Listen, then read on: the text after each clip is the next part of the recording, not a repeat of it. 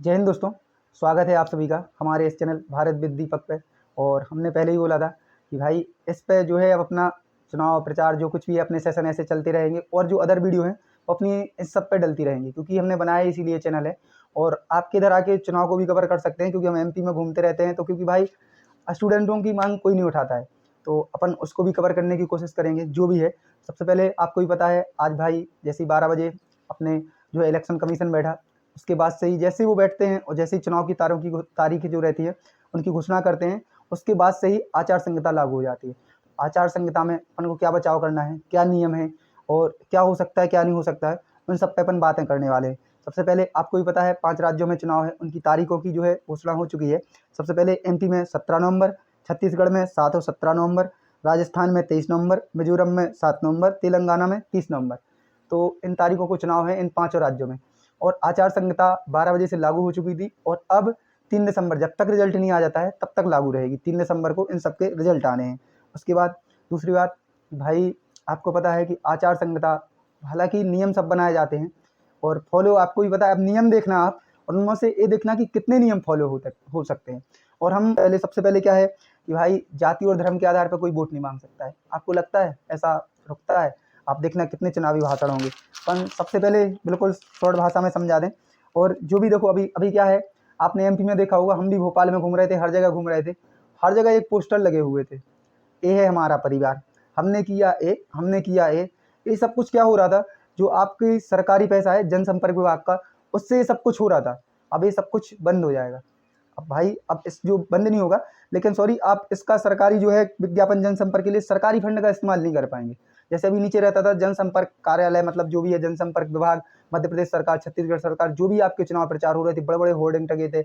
आप समझ रहे होंगे हम किसकी बात कर रहे हैं, सब जगह था A to Z। भैया अपन राजनीति में नहीं पढ़ना चाहते, क्योंकि अपन एक छात्र है, अपन को ओपन माइंड रहना है, बस इतना ध्यान रखें। उसके बाद भाई जो भी नई योजना है, नई शुरुआत है, नए प्रोजेक्ट हैं, उनका शिलान्यास नहीं कर सकते आप। समझ रहे? ना तो अब कोई घोषणा होगी कि भैया तुम्हें क्वार्टर मिले, ना तो अब कोई घोषणा हुई है कि तुम्हारे छत पे से पुल निकले, बस ये कभी कछु घोषणा नहीं हुई।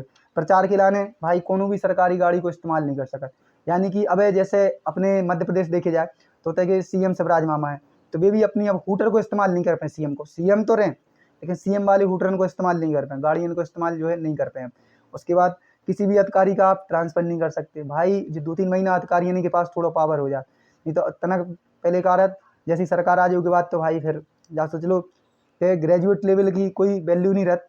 और जो 12 पास 10 पास 8 पास नेता आए ना, रिव्यू तो जाके धमकी दे आए ऑफिस में, कार्य हम तुम्हारा ट्रांसफर कर दें। तो अब 3-4 महीना है जो अधिकारी शांति से रहे। केवल हाँ, जो इनके ट्रांसफर हैं वे सब, अगर ये मतलब कार्य सरकारी कर्मचारी भी आजकल देखे जाए ना, तो मतलब चुनाव में, हालांकि ये चुनाव को प्रचार नहीं कर सकत, ना किसी के पक्ष में बोल सकत, ना ऐसा कुछ कर सकत, और ना ही मतलब जो सरकारी पद है उनको किसी पार्टी के लाने इस्तेमाल नहीं कर सकत। लेकिन जब ऐसा होते तो चुनाव आयोग से शिकायत हो और इनको ट्रांसफर चुनाव आयोग के हाथ में हो जाता। उसके बाद वही हम बोले सायरन वाली गाड़ी को इस्तेमाल नहीं कर सकत। उसके बाद कोनो भी धार्मिक स्थल, चाहे मस्जिद हो, चाहे गिरजाघर हो, चाहे मंदिर हो, चाहे कुछ भी हो, इनको इस्तेमाल चुनाव प्रचार के लाने आप नहीं कर सकत। उसके बाद जो भी आपके सत्ताधारी दल है, जो भी सरकारी भवन और कर्मचारी का उपयोग चुनाव प्रचार के लिए नहीं कर सकते। हमने पहले भी बता दिया था कि इनका मतलब जो कर्मचारी होते जो सरकारी चुनाव प्रचार में नहीं जा सकते। उसके बाद अपनी निधि से एक विधायकन की लाने, सांसदन की लाने एक निधि दी जाती, उनकी निधि को इस्तेमाल अब जी नहीं कर सकत। जिन्हें खर्च कर दो तो कर दो, अब इसको इस्तेमाल अब जी लोग नहीं कर सकत। मतलब किसी भी वित्तीय जो है अनुदान योजना को इस्तेमाल नहीं कर सकत जी। उसके ऊपर भाई अगर आप रैली कर रहे, मतलब चुनाव जे लोग रैली कर रहे, तो ये सामने वाली रैली की में बाधा नहीं डाल सकत, उते मतलब पर्चा वगैरह नहीं बंटवा सकत, ये सब काम नहीं कर सकत। हम बता रहे ना। लेकिन हालांकि आप देख रहे हैं ना, इनमें से रोकत कितने हैं आप खुद कमेंट में बता दियो। जितने हम काम बता रहे हैं ना, इनमें से रोक कितने ले ये लोग नहीं बता सकते। मतलब आप लोग बताएं कितने रोकत। हालांकि ये बता रहे हैं ना, इनमें से 90% काम होते हैं, रोकत तो है नहीं है। काहे कि पता है कि चुनाव कितने होने भाई, चुनाव आयोग है ना, बहुत कड़ी सख्ती नियमन से पालन करवाने की कोशिश करत, हालांकि नहीं हो पाता।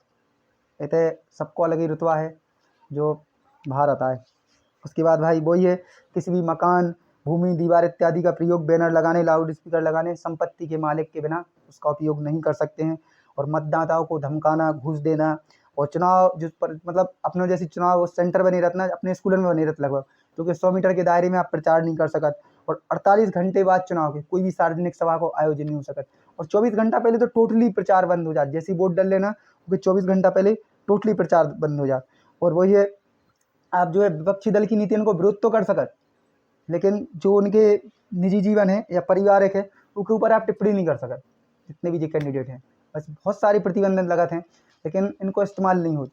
और भाई अपने लाने इन सब चीज़ों से दूर रहने, और जो सोचने को समय है आपके पास, भाई हम सबसे मेन क्या कह रहे हैं कि भाई अब आप छात्र हैं तो भाई पार्टी को ना देख के बस देखियो कि आप किस तरफ भारत के लाने ले जा सकते, आप अपने मम्मी पापा को किस तरह कन्विंस कर सकते। एक समय है तो अभी भी समय, जैसे हमें तो हम अपना आप स्वतंत्र वोट डालत, हमारे ऊपर पापा को प्रेशर नहीं है, लेकिन आज भी परिवार ऐसे हैं कि मतलब कि जिते कितनी है हमारा तो आजीवन वो पार्टी में वोट चले आ रहा, हमारा तो जीवन से हुई पार्टी में वोट चले आ रहा।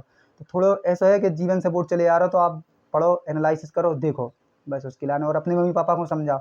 और भाई जो ही समय है आपके लाने, और हम जाके ना जितने भी बहस हो गए उतने खुल के बोलियो, खुल के अपनी मुद्दा उठाइयो, चाहे वो MP पुलिस हो, चाहे बेरोजगारी हो, चाहे कछु हो, अपने खुल के मुद्दा उठाइयो।